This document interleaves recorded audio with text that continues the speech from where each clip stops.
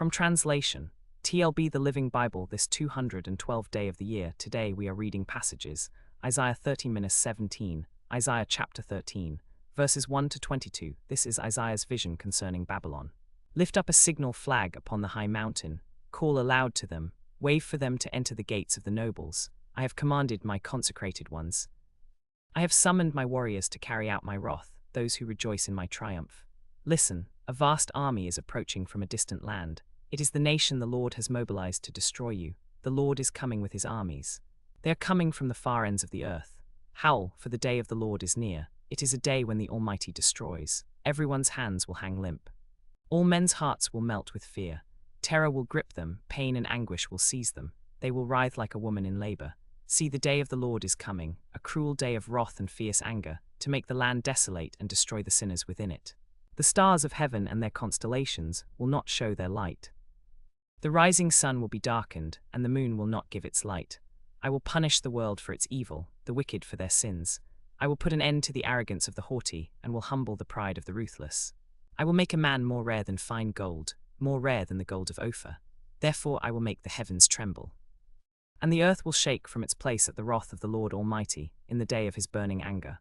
Like a hunted gazelle, like sheep without a shepherd, each will return to his own people, each will flee to his native land. Whoever is captured will be thrust through, all who are caught will fall by the sword. Their infants will be dashed to pieces before their eyes.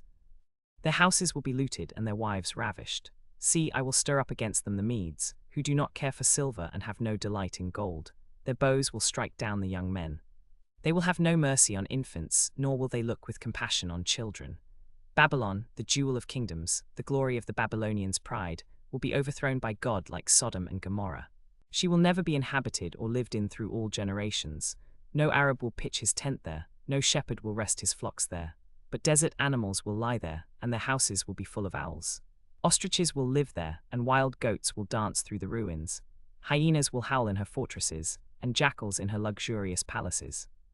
Her time is at hand, and her days will not be prolonged. Isaiah chapter 14, verses 1 to 32. But the Lord will have mercy on the descendants of Jacob. He will again choose Israel as his own special people, and settle them in their own land. And foreigners will join them and attach themselves to the family of Jacob. Nations will take them and bring them to their own land. And the people of Israel shall make slaves of those who captured them, and rule over those who oppressed them. When the Lord gives you rest from your suffering and turmoil and cruel bondage, you will scoff at the king of Babylon and say, "How the tyrant has fallen, how his rule has ended. For the Lord has broken the staff of the wicked, the scepter of the rulers."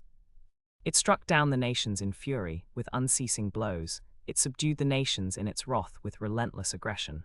All the lands are at rest and at peace. They break into singing.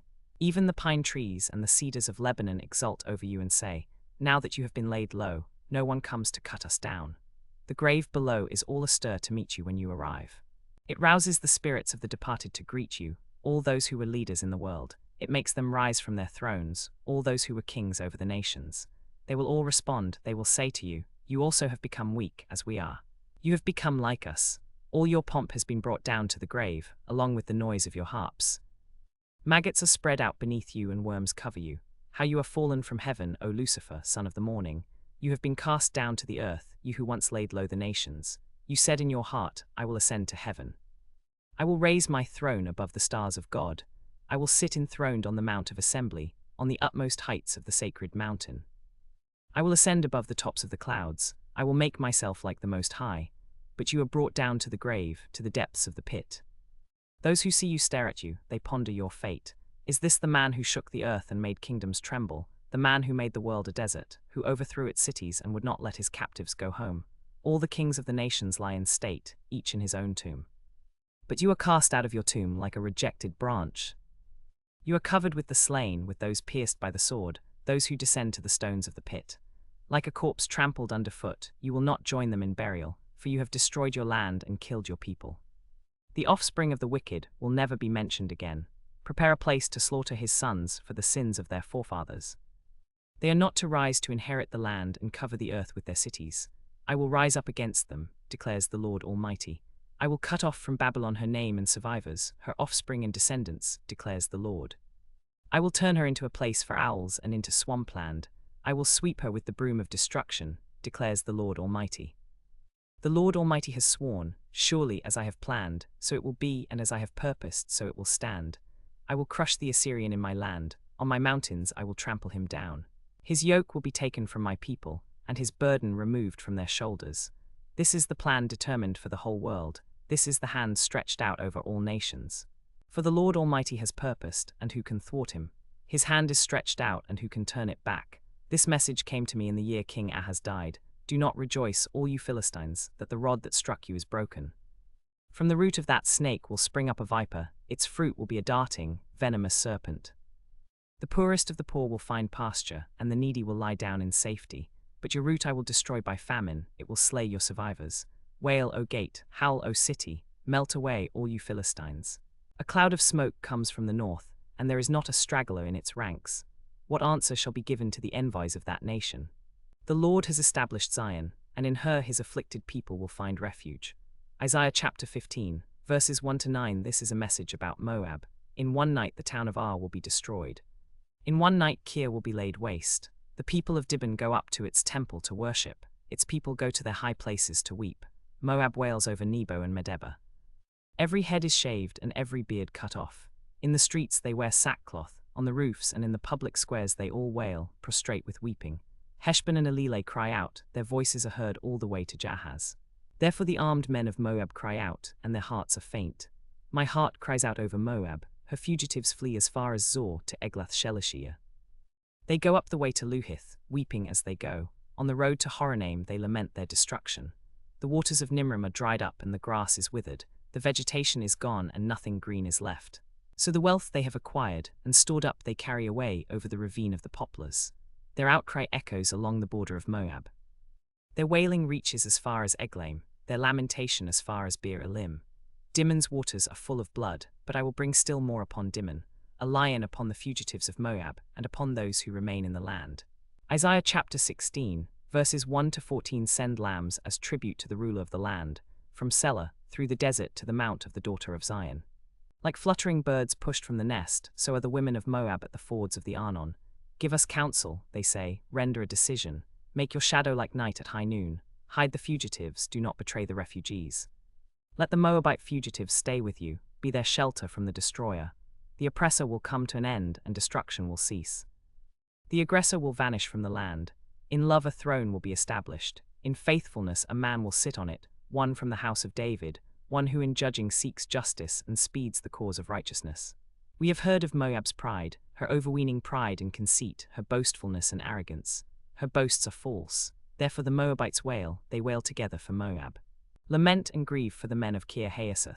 The fields of Heshbon wither, the vines of Sibmah also. The rulers of the nations have trampled down the choicest vines, which once reached Jazer and spread toward the desert. Their shoots spread out and went as far as the sea. So I weep as Jazer weeps for the vines of Sibmah. O Heshbon, O Elileh, I drench you with tears. The shouts of joy over your ripened fruit and over your harvests have been stilled. Joy and gladness are taken away from the orchards. No one sings or shouts in the vineyards. No one treads wine at the presses, for I have put an end to the shouting. My heart laments for Moab like a harp, my inmost being for Kir Haeseth. When Moab appears at her high place, she only wears herself out. When she goes to her shrine to pray, it does her no good. This is the word the Lord has already spoken concerning Moab.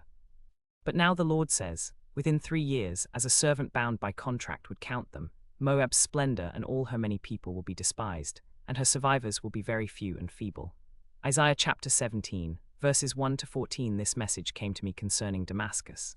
Look, the city of Damascus will disappear. It will become a heap of ruins. The cities of Aroer will be deserted.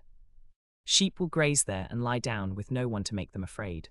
The fortified city will disappear from Ephraim, and royal power from Damascus. The remnant of Aram will be like the glory of the Israelites, declares the Lord Almighty.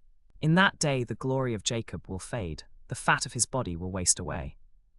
It will be as when a reaper gathers the standing grain and harvests the grain with his arm, as when a man gleans heads of grain in the valley of Rephaim. Yet some gleanings will remain, as when an olive tree is beaten, leaving 2 or 3 olives on the topmost branches, 4 or 5 on the fruitful boughs, declares the Lord, the God of Israel. In that day men will look to their Maker and turn their eyes to the Holy One of Israel. They will not look to the altars, the work of their hands, and they will have no regard for the Asherah poles and the incense altars their fingers have made.